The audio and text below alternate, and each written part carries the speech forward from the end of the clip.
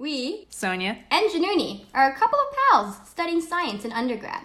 We are not professionals. Though every episode is meticulously researched, mistakes do happen. If you notice that anything, And we mean anything, we state is inaccurate, please let us know. your comments, suggestions, and queries are important in furthering our personal and audience's understanding of science. Thanks for being a part of this discussion. We appreciate you. We really do. Bop, bop, beep, bop, bop. Welcome back to Beaker Bros. Beaker Bros, the podcast where Jaanuni and I, Sohnia over here, talk about things in science. And research. I only have my beaker today. Oh, it's fine. Anyways, today's episode. Yeah, today's episode is something that Jaanuni and I are both very passionate about. I like how you say that for every single episode. Well, if I ever started it off saying, you know what, we don't care about this topic, but we're talking about it anyways. Imagine. Anyways, go ahead. Yeah. Sorry. For this very interesting episode of Beaker Bros, we will be talking about health inequity and disparities in health. Yeah. That is a bit of a mouthful. We've said this word, or this phrase, or this term, health inequity, and health equity quite a bit. So I thought, why don't we preface it specifically? What does that mean to experience health inequity? Yeah. Well, according to the World Health Organization, the WHO for short, health inequity is basically a phenomenon that describes the unfair and avoidable differences in health status seen within and between countries. In countries at all levels of income, health, and illness follow a social gradient. The lower the socioeconomic position, the worse the health. So, to begin, that's a bit of a mouthful, but that's basically saying that around the world, from the many global health articles and publications and reports that have been done, we've seen that people that come from a lower socioeconomic background, so have lower income status, come from disadvantaged areas and regions based on the color of their skin or treated unfairly or whatever. Like that group of people is prone to experiencing lower health-related quality of life because of unfair and avoidable differences in health status and health treatment. Yeah, it might not be as visible. There's cases where of course areas that are not as fortunate to have a certain level of healthcare, it might not be as visible as that. It could be things as small as in our own setting and our own access to healthcare. It could be something as skin color that doesn't allow for the same level of quality of healthcare for all individuals. So right? True, because of biases that we have or a lack of research, I guess. Yeah, exactly. So one article that looked at, it was basically looking at the absence of images of skin of color in publications of COVID-19 skin manifestations. And that's literally the title of the article, and it's by Lester et al. It basically exposes the lack of health-related publications pertaining to patients with darker skin tones. And then from this article, the results basically indicated that COVID-19 skin-related cases, so they only looked at COVID-19, were predominantly of patients with lighter skin. So there's this issue where all these articles were reporting, these are the symptoms, this is what it looks like, but it's all reporting only lighter skin. Yeah. And this is only an issue because we know that skin disease can present differently in colored skin, and the shortage of research can actually result in delayed diagnosis and consequently poor health outcomes. That's astonishing. COVID-19 presents differently based on the color or your racial background in some individuals, its effects on your skin and stuff like that. No, definitely. It's also the whole idea that this darker skin tones have not really been studied for the symptoms that well. So when medical students are learning about this is what it looks like, these are the symptoms, or doctors are doing it, they're not able to diagnose it as fast as if someone came in with lighter skin tone, right? And it's just the fact that there is a bias that not many people are aware of, and that something needs to be done because, people that are colored skin tones are not receiving the same care. Yeah. And that just sucks. Even if it's in a place where all the quality of healthcare is great, where we are, and we're still getting, we're getting doctors being there's no shortage or whatever, everything's good, right? We have the drugs drugs. We have the meds. The drugs. We have the meds. We have the staff. We have the nurses. We have everyone. Right? We have the support systems. But it's literally what the healthcare professionals have learned, and they're not able to do it because they haven't really learned that. Yeah, just to add on to that, from our last week's episode where we talked about or spoke about gender biases as well, gender biases are so prevalent in the context of health and how we study health and health outcomes in men and women very greatly, but it's often very underreported. So, for example, have you ever seen shows where... What's an example? Where, let's say, this dude, they have a heart attack, right? And they clench their chest and their heart, and they fall to the ground, and they look like they're in debilitating pain. Yeah. Yeah, that's something that doesn't necessarily happen in women as frequently. They don't experience that, like, the heart clenching feeling when they fall to the ground when they experience a heart attack. That's true. For women, heart attack symptoms often present as jaw pain or like shoulder pain. Not something that's like entirely debilitating, but it still presents in that sort of way. And the way that like health conditions and health outcomes are seen in the media as reported by different TV shows and then different forms of media in general, like books or whatever. Yeah, like that. It varies tremendously, but it's predominantly reporting health outcomes that men experience. That's true. No, that's really true. And to give them some credibility, though, it's not entirely their fault, especially during the 70s, 80s, 60s. Yeah. Pretty much most of our medical history knowledge has been studied in white men. That's true. I've even read something about how like women, they can experience heart attacks for like a couple of days and not even know about it. Like they just go and just say they have some kind of pain, but when they go to the hospital, then like the doctors or the nurses or whatever, then they realize, wow, you're having a heart attack. But they didn't realize that just because they're like, it's not the same symptoms as it would present if they were male. Yeah, and I think that's a shift that's starting to become more prevalent now. Oh yeah. Where health practitioners, nurses, doctors, whoever are starting to, and researchers as well, are starting to engage in research that's more holistic and incorporates perspectives from not just different sexes and different genders, but also different ethnicities and racial backgrounds. Definitely. No, yeah.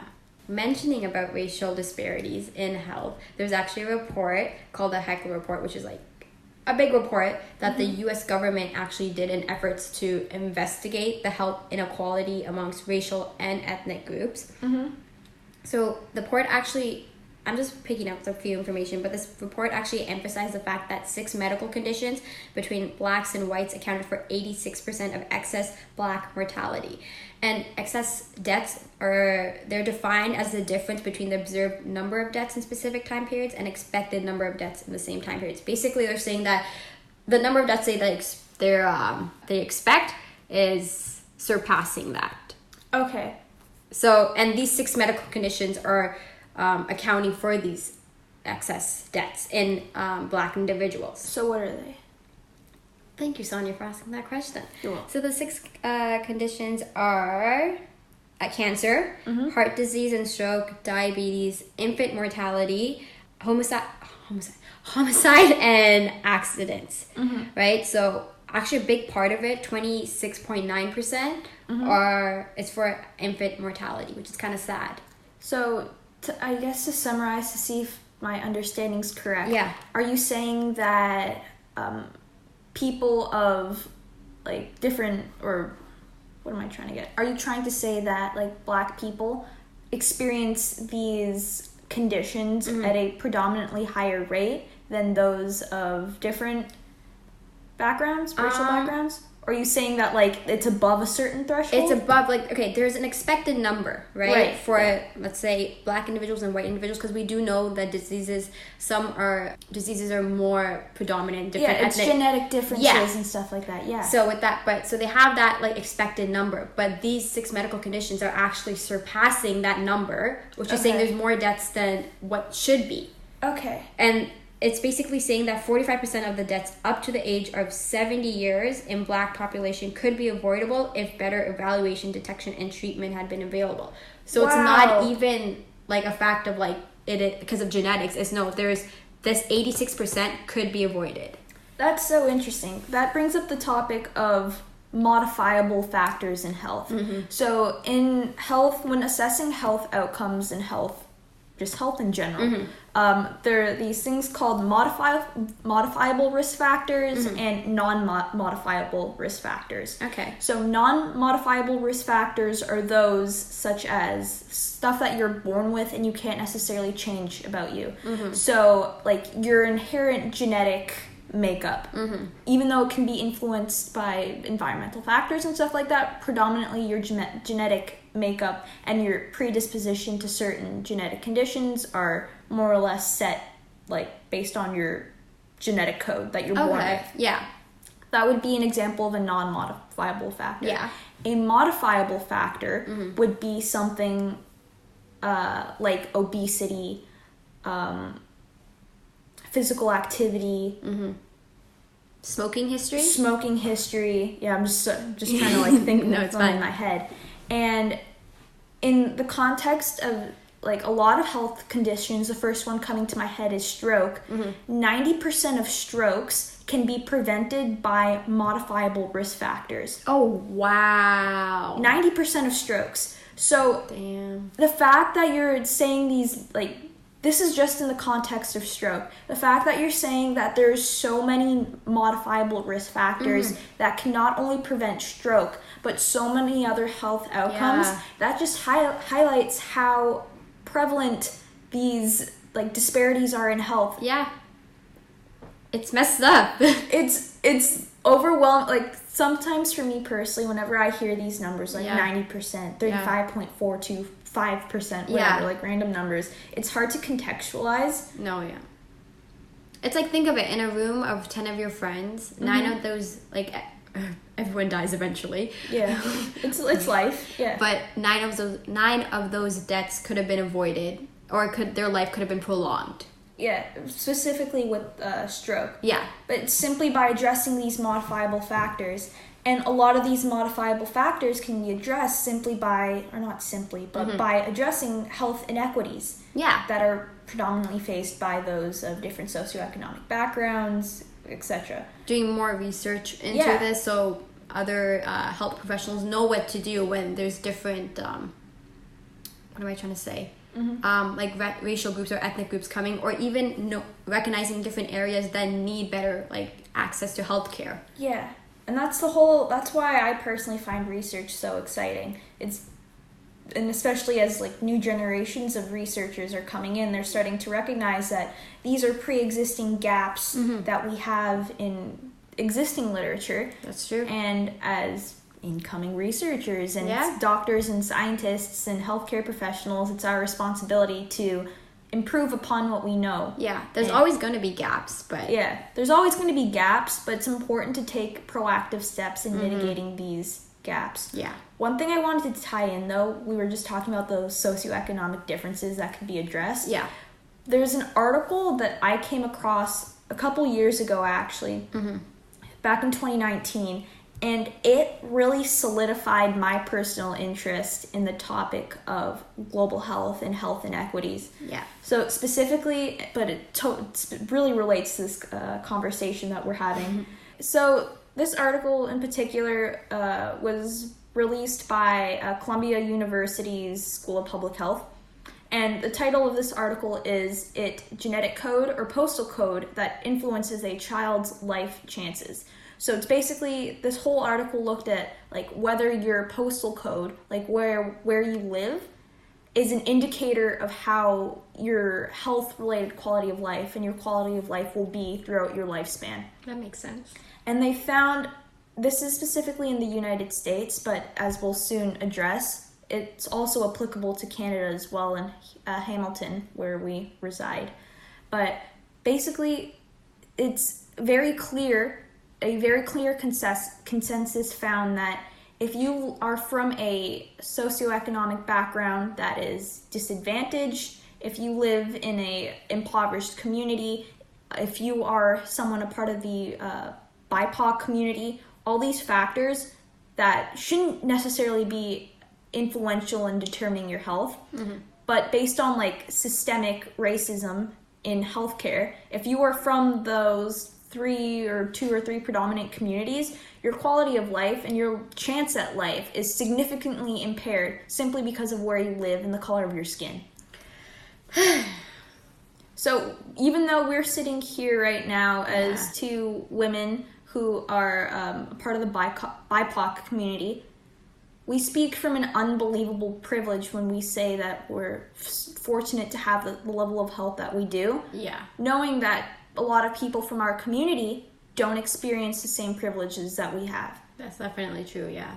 For me, when I first read this article a little while ago, and when it came up in my courses and stuff like that, I found it, like, overwhelming.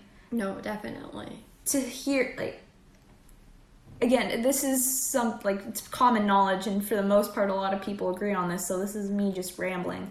But the fact that a child's opportunity at life is impacted simply because of where they live and the color of their skin, like, that is the very definition of not just health inequity, but inequity yeah, in every sense. Definitely.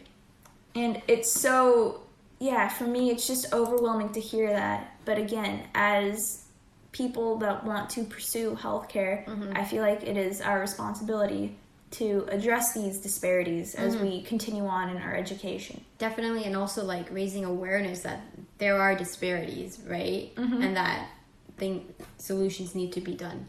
Yeah. Solutions need to be made. Yeah. Like, at this point, there's so much literature out there discussing health inequity. So it's not something that's unknown. What we're saying are statistics that aren't, like, unheard of. Yeah. Now it's a matter of, okay, we have the past 2 decades of literature saying that these are the health disparities that people are experiencing. Now it's a matter of how do we address them? Yeah. Then this is something that policymakers and scientists have to work together, and the general public as well, with community engagement and stuff like that, and participation in order to address. Yeah, just to bring the conversation, though, back to our own home, and, as, like we said, we're 2 Canadian gals currently residing in Hamilton. We often talk about health inequity being something that's predominantly faced by, or disparities in health in general, predominantly faced by people from, like, third world countries, quote unquote, like developing countries. But in reality, disparities in health and health inequity is something that is commonly experienced in our own backyard. That's actually really true. Like, it reminds me, so when I was younger, we didn't live in the best part of Scarborough. Yeah. Right? And if we wanted to go to, like, the doctor or something, we would have to, like, we drove, like, an hour or something just for, like, a doctor, like, just for, like, a checkup or something. Like, if we were sick or something, or, like, it's just something, like, not even that intense, right? We would have to drive an hour just to find a doctor that would help us and give us, like, the meds that we need and all that stuff. But now that I look, like, filled with resources, there's a walk-in clinic, like, literally 5 minutes, like, in 5 minutes in every single direction. Which just shows you, like, even, like, it's not a matter of a whole 2-hour, 3-hour difference. Like, it's a 20-minute drive, and there's a difference in healthcare. Truly. Just on the conversation of that, going back to stroke, I read an article recently where, so with the whole topic of stroke, receiving rehabilitation services, regardless of, like, the capacity that they are, like, any form of, like, constructive rehab is so important in order to improve health-related quality of life for stroke patients. And not just for stroke, but just, like, any sort of negative health event that occurs in your life, any form of rehab is more effective than not receiving rehab. Okay. So there was an article that looked at stroke, the ability of people from rural communities in Ontario, and looked at their ability to access stroke rehab services. Okay. And a rural community in the context of this article was defined as a community of less than 10,000. But in Ontario, communities of less than 10,000, like, there's 1 million people in Ontario that reside in communities that have less than 10,000 people. Oh, wow. Okay. So that's still a predominant amount of the population Yeah. here in Ontario. And that article found that 30% of people do not have access to stroke rehab services. Like, those services are more than 4 hours away. Oh my God. 30% of people live more than 4 hours away from stroke rehab services. Oh my God. And stroke is one of the leading causes of death in Canada. And Yeah. it's the third leading cause of death and leading cause of adult disability. And you're telling me that people in Ontario don't have access to those services? Right? It's not like, again, like what you said, it's not third world countries. It is third world countries too, but it's also countries like Canada and like specifically provinces like Ontario where these issues, these disparities are quite prevalent. Yeah, that topic that you're saying of experiencing health outcomes that are quote unquote from third world or developing countries. Yeah. That's even experienced here in Hamilton. There was an article. This article, by the way, was shared to me by our pal Isabella. Isabella, you're listening to this? Thank you. I'll see if you actually end up listening to this if you let me know. Yeah, she shared with me this article entitled "A 5-Alarm Fire," and this was a report published by The Spectator, so it's a news publication source here in Hamilton, that looked at health inequity and health disparities within the city. And on the topic of experiencing like health disparities that are equivalent to third world countries, quote unquote. So let me read it here verbatim. 10 years ago, the gap in lifespan between the highest and lowest Hamilton neighborhoods was 21 years. Now it's grown to a gap of 23 years from my God. From a highest of 87.7 years to a shocking 64.8 years. So that's saying, just to reiterate, that the highest income neighborhoods currently, those people living in those neighborhoods live an average of 23 years longer than the people coming from low income neighborhoods. That's so bad. And that number, yes, it is very bad. And that, according to this article, that number is lower than that lifespan is lower than the struggling African nations of such as Malawi. Oh, so that the gap is even bigger. Like, it's saying that, like, that lifespan is equivalent from, it's equivalent. Like, it's not far off from the lifespan of people living in countries like Malawi. Like, from the lowest income group. Yeah. Oh, wow. That's kind of, like, it's quite shocking because, like, 20 years, like, you might be like, okay, whatever. But taking the fact, like, we will be turning 21 this year. We've done a lot. Like, if you were to reflect back on your life in that 21, that's a lot of life to live. Like, just going back to that, like, that's a prime example of how your postal code, your socioeconomic status, your racial background, and your gender, your sexual orientation, all these factors come into play when determining health outcomes. Not even overseas, not even in some, like, third world country or, quote unquote developing nation. But 20 minutes away. 20 minutes away. It kind of just shows, like you said, these disparities, like, they don't happen overseas. They happen, like, in backyard. Looking back on this, it was sounding like a very negative podcast. Yeah, really. But we should really end it on, like, a positive note. Okay. Right? Not to minimize anything. Yeah, that definitely said, not. But, you have to show the negative to show what potential positive steps we could take next. Sure, yeah. But I think our biggest question is here, like, who do we hold accountable for this inequity that is prevalent in the health care system? Doctors, nurses, politicians, policymakers? I think is this a rhetorical question or for me? I mean, if you want to answer it, go ahead. But it's a very hard, like, you can't really pinpoint it. But if you have an opinion, go for it. Yeah, just in my opinion, I guess it's something that everyone has a responsibility for.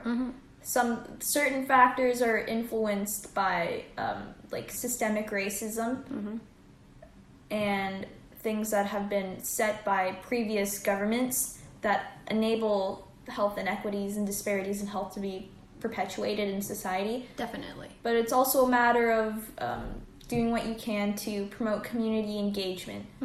So by that I mean, like, getting involved within your community to learn about the disparities in health that are impacting your neighbors, and doing what you can, I guess, to staying informed, kind of to stay informed. Yeah, it sounds like it's something so simple, but truly, like, giving a damn about health goes a long way. It really does.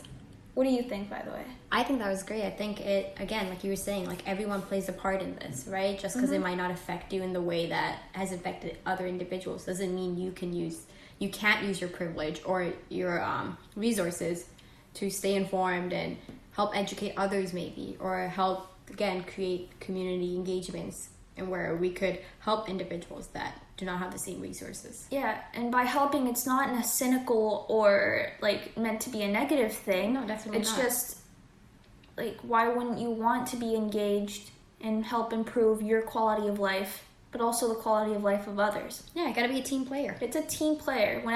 When you thrive, everyone fries. Everyone fries. Everyone fries. Everyone goes to McDonald's. But going back, when you thrive and when your community thrives, everyone thrives. Yeah. Not just from a health standpoint, but economic, government, Definitely. social justice standpoint. I think that's a great way. I think this is a great way to end the podcast. Cool. Well, thank you very much for being here, Jaanuni. Did I have a choice? Did you have a choice? No, I am glad that we could have this conversation today. Awesome, I am too. And I hope you guys learned something as well. You guys can't see me, but giving 2 thumbs up. Yeah. Thank you, dudes. All right. Till Take next care, guys. time. Bye-bye.